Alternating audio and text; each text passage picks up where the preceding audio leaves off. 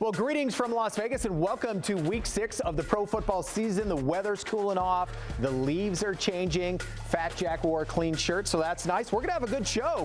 Beat the Odds starts right now. From our Las Vegas studios, this is Beat the Odds, sponsored by Superbook Westgate Las Vegas.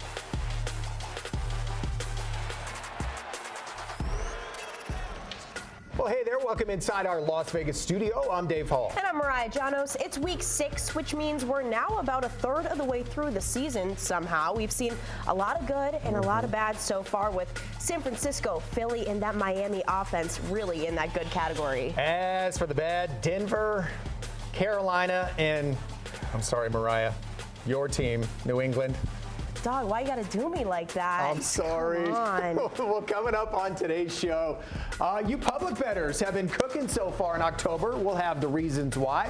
Plus, Fat Jack, a perfect 5-0 with his best bets. Can he stay undefeated? See who he and Teddy like this week.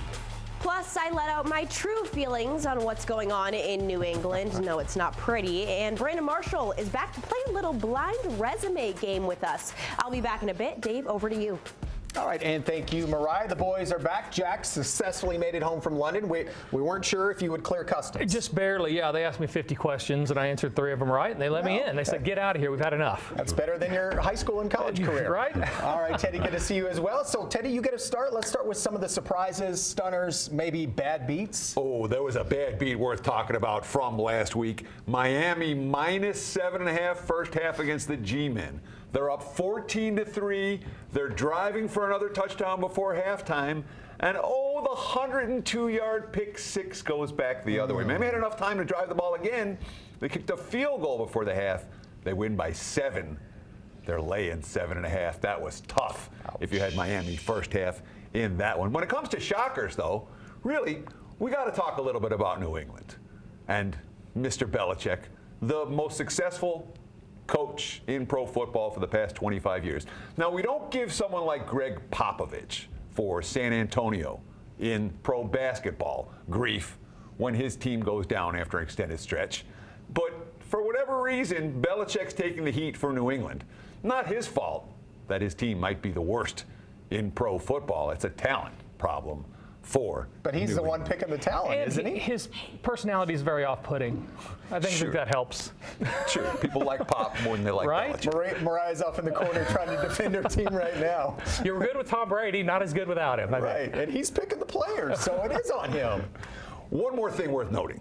The public won big last weekend. We'll hear about it from a couple different places on this show. And that's not all that unusual for October. If there's one month of the year where the public beats pro football, it tends to be this month. Why?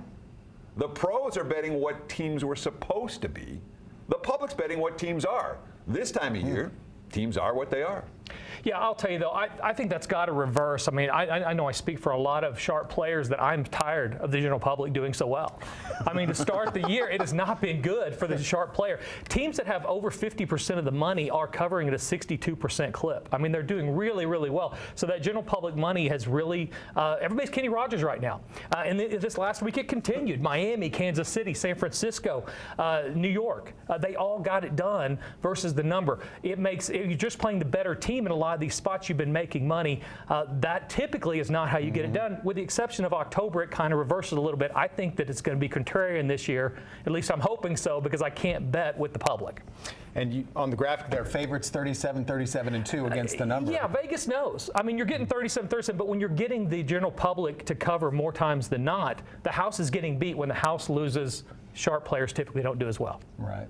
And of course, when you talk about 37-1, that's Vegas doing their job right. Yeah. They know what they're doing in the desert, don't Not they? their first rodeo. You know, build those big casinos by paying out all that money. All right, fellas, you hang tight. We'll get back to you in just a bit. So we just heard October's been a very good month for the Joes. Now let's hear from those pros. Here's Mariah at the Superbook Westgate Las Vegas with more. Thanks, Dave. I'm here with EVP of Superbook Operations, Mr. Jay Kornegay. Jay, we are on to week 6. Teams are kind of shaking out of where they're supposed to be, maybe some surprises in the mix, but how was week 5 for you guys overall here at the book? Well, Saturday was really good for us. Sunday for pro football, not so much. We had so many upsets on Saturday that really treated us well. And on the pro football side, we've been waiting for some upsets that just hasn't happened over the last couple of weeks. And one of those games on Sunday I want to focus on, it was a preview, if you will, of the NFC Championship game, or so we thought it would be, with San Francisco and Dallas. San Francisco putting the beat down on Dallas. Does that kind of change the way they're viewed now down south? Absolutely. Everybody was anticipating a great game, the two top teams, but Dallas didn't show up. Now, San Francisco did, and they look like a complete team. But right now, a lot of people calling Dallas the September champs, but I think they're going to bounce back. They have too much talent not to. Now, I do want to talk about bye weeks. It is that time of the season where they start becoming a factor. How do they play into line setting? Well, bye weeks are a little tricky. And the only thing that really affects the line is if a team has extra time to get healthy. If they can spend an extra week to get players back, that really does benefit, which can affect the line. And then there's other teams that rest and really have no excuses but come out flat after a bye week. So it does vary a bit. We haven't seen any patterns over the years. All right, Jay, thank you so much. Dave, we'll send it back to you in studio. And thanks to you two as well. So feast or famine, and we're not talking about Jack and Teddy's eating habits, but we are talking about teams that could feast on the famished. Plus, we're going to do a blind resume test, see if you could pick out which unheralded defense is killing it right now. Brandon Marshall joins us next. With 524 total yards in Week 5, Miami broke the record for most yards through a team's first 5 games in league history. Whose record did they break? The answer after the break. Beat the Odds is sponsored by Superbook Westgate Las Vegas.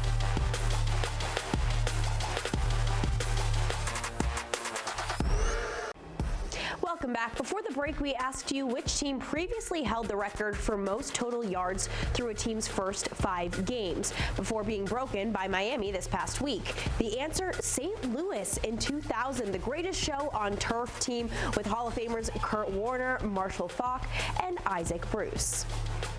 Speaking of great teams, we have one here at Beat the Odds as well. Scan that QR code and it'll take you here to our website, beattheoddstv.com, where you can laugh at Jack's goofy hat. And also learn more about the team and bathe in all kinds of sports betting knowledge. You can also learn more about this guy, our champion, Brandon Marshall, who, by the way, sleeveless today. My man. Yeah, I'm in the gym, consistently. So, if a team needs a linebacker, I'm still available. 18-inch pythons, 12-inch pythons. All right, you want to play a little game? Let's start by playing a little game. Absolutely. Blind resume game. Okay. All right, I've got an A, a team A, and a team B. Don't laugh at my B. I know it looks funny. All right, team A, expected to win their division. Okay. All right. Team B, also expected to win their division. Mm-hmm. Team A, great defense. Team B, also a great defense. Okay. Team A, so far in 5 games, has given up 104 points. Team B, in 5 games, so far has given up 76 points. A or B, which one is Philadelphia? That's interesting because Philly had the #1 defense last year, so I'm imagining that they have given up the least amount of points. So I'm going to go with Team B. You would be wrong. Oh. Philadelphia is Team A. Really? Team B is actually New Orleans. Oh, wow. How about that? A lot of people brought it. New Orleans has always had a pretty good defense. This year, they are really locking people down. Oh, yeah, no, they're locked in this year. Tyrann Mathieu, Cam Jordan, Demario Davis, a lot of big-time names on that defense. They've been steady for years, right? Now that they have a good quarterback, a serviceable quarterback in Derek Carr, we'll see where they can go. Yeah, so far so good, definitely defensively. Okay, I'm going to have you put on your defensive head coach. Okay. He is a defensive head coach for a high school here in Las Vegas, by the way. How in the world, forget stopping, how in the world do you even slow down San Francisco right now? Well, I mean, look, you got to look back to the NFC Championship game. The only way to slow down San Francisco is if they slow themselves down when somebody gets hurt, right? They have to play their 8th-string quarterback? Yeah, when Brock Purdy got hurt last year, I think that's the only way, because right now they're hitting on all cylinders. The offensive line is elite. Receivers are elite. The running back, all the weapons are elite. The play caller is elite, right? So it's kind of tough to slow them down. If somebody gets injured, if they can stay healthy the entire season, they'll definitely make the big game. And I actually had them pegged to make it last year when Brock Purdy got hurt. Right. And, Dallas supposedly has a great defense as well, and they just cut through them like they weren't even there. Oh, it was like a knife through butter. And the thing about it was, right, Dallas has played a lot of teams that don't have such a good record, and so now when they played against a team that was fan fantastic, really stout. They couldn't do nothing with them. Which one of your biceps is bigger, A or B? I'm going to go with A. They're both huge. All right, Brandon, thank you, sir. Well, speaking of great defenses, San Francisco, we were just talking about them, and Cleveland will be bashing heads this Sunday. Here's Jack with more on that matchup. So Brandon's giving away tickets to the gun show. So I think I probably need to join the club. I want a refund. Those are free for here. For me, you got to pay for his. Yeah, I think this time of year, especially as we go into October, it's important to figure out how to take advantage of the information we received over the first 5 or 6 weeks. And these teams that are feasting right now, that are leading the league in wins, that are leading different categories, we need to figure out when they're going to lose. It's easier said than done, obviously, but what we know is that the 72 Dolphins have been cracking champagne for the last forever because these teams lose. Look at San Francisco and look at Philadelphia, and the anatomy for teams that will beat them are going to be really good defenses that, when the offenses sputter, are able to keep games close and then do something late in the game. And both of these undefeated teams have that opportunity here. Cleveland has a #1 ranked defense this season, and you have Philadelphia playing New York, and New York also very, very good defense. So it's never going to be easy before, because these teams are undefeated. The perception is they're going to play really well. But if you're looking for an opportunity, you don't have to bet for them to lose. Look for the totals to go under, because then they don't necessarily have to get there. They just have to underperform the market. And you get one of those examples in both of these games this week. Cleveland, San Francisco under, and then Philly and New York under the totals. Feels like a classic letdown spot for San Francisco. Super high-profile game Sunday night.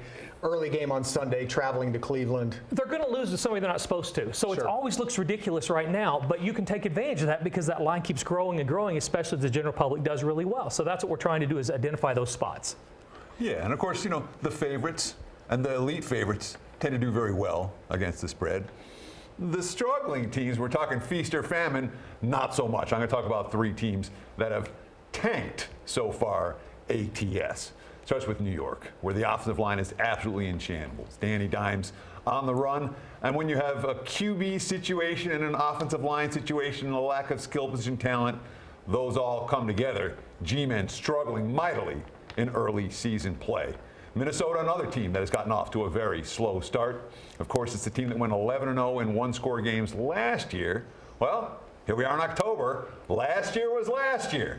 0-4 in one-score games so far this season. And of course, when you look at a team like Carolina, look, you have a rookie quarterback, you have cluster injuries in your secondary. You put those 2 things together, and you could expect some growing pains.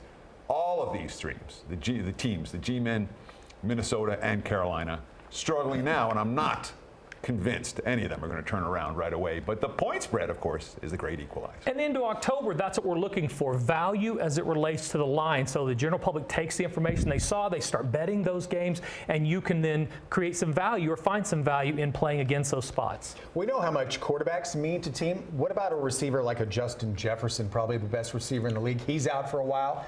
Can losing him affect a point spread? Yes, but not that much. Okay. A quarterback can change a point spread 3, 4, 5, 6 points. A wide receiver, a point and a half at the most. Jefferson's injury this week, about a point. Yeah, outside quarterbacks, Kelsey's #1 as far as relating to the point spread. A couple of those type tied in possession, lots, big part of the offense. But yeah, you're always looking for spots where you have quarterbacks that aren't playing well that you would expect to play better, even though they started the year badly. So you're finding that value in the line. All right. Thank you, fellas. Well, he's gone from Mr. Irrelevant to Mr. Undefeated. Now, Brock Purdy is getting the spotlight here on our show. Teddy and Jack will debate the Brock Purdy passing prop. Plus, is New England the worst team in pro football? Our super fan and super host, Mariah, will talk about that next. Before we take another timeout, with a touchdown on Sunday night, San Francisco's Christian McCaffrey notched his 14th straight game with a touchdown, tying Emmitt Smith for the 4th longest streak in league history. Who are the only 3 players with longer touchdown streaks? The answer after the break. You're watching Beat the Odds, sponsored by Superbook Westgate, Las Vegas.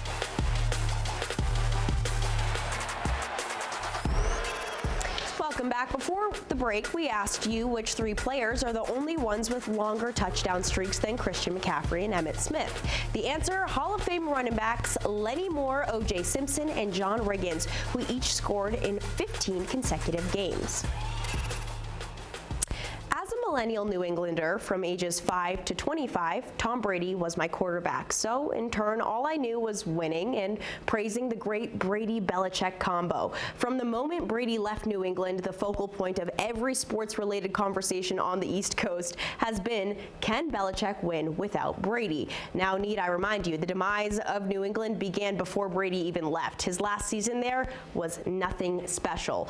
But with this current 1-4 start for New England and being outscored 72-3 in the last 2 games, people are calling for Belichick's head, and rightly so. If this were any other coach, the man would have been gone by now. But Belichick has cemented his legacy as one of the most brilliant minds in the game, and that legacy is what's keeping him employed. A man that was once known for his ability to scheme around limited talent and missing personnel now looks like a complete buffoon. It's making the narrative of Belichick can't win without Brady appear to be true when it's in fact not. The issue isn't Bill Belichick the coach. Bill Belichick the GM is the problem child here. Just because he selected a quarterback in the 6th round of the draft back in year 2000 that ended up being the greatest of all time, that doesn't mean you know how to draft. He got lucky with Brady, and we all know it. Fast forward 23 years, and New England has a kid under center, Mac Jones, handpicked by Bill Belichick, that has been benched the last 2 games. An O-line that literally can't block, and skills positions filled by personnel with 0 skill. All because Bill Belichick, the GM, is the one making these decisions. Now, defensively, the man knows how to pick them because that's his bread and butter. But we're not here to watch a team keep games close with their defense. We want a team that can win. We want a quarterback that can drive down the field with an array of weapons surrounding him, and for that quarterback to have more than 1.5 seconds to get the ball out before he gets sacked. So Robert Kraft, here is what I need from you. Relieve Billy of his general manager duties, bring in a GM that knows how to draft, and let Bill do what he does best, coach. I don't think anyone expected New England to have a strong season, but we surely didn't think it would all be over just 5 weeks in. All right, thanks, Mariah. Now it's time for our Beat the Odds showdown. Jack and Teddy will debate the Brock Purdy passing yards prop, which as of this moment is going to be about 230 yards, and they're playing Cleveland, right? Yes. All right, Teddy, you start us off. Sure. Now we're assuming that the number is going to be in the 230 range. Unfortunately, we do not have an accurate number as we speak. Nonetheless, there will be a number for Brock Purdy, and we're going to take him under his passing yards. It starts with this. All right. Less than 30 passing attempts, 4 times in 5 games this year. He's not going to get a ton of chances to throw the football. Cleveland's pass defense, can we call them elite?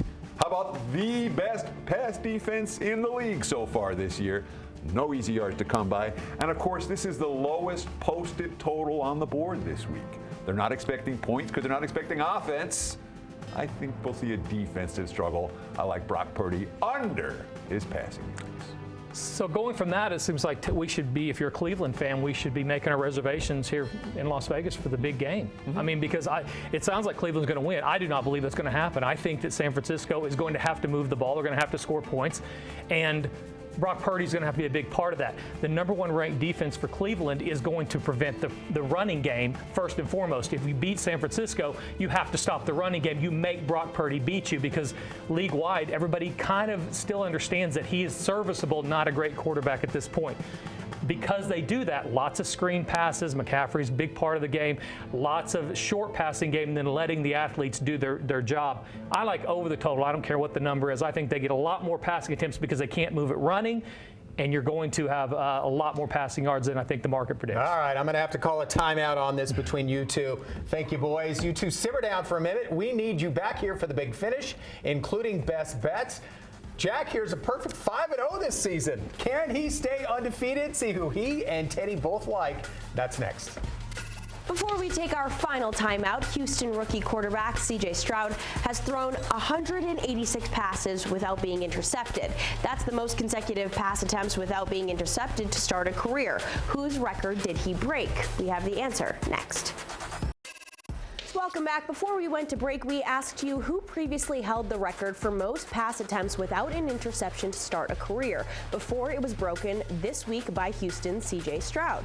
The answer, Dak Prescott, who started his career with 176 consecutive passes without an interception back in 2016.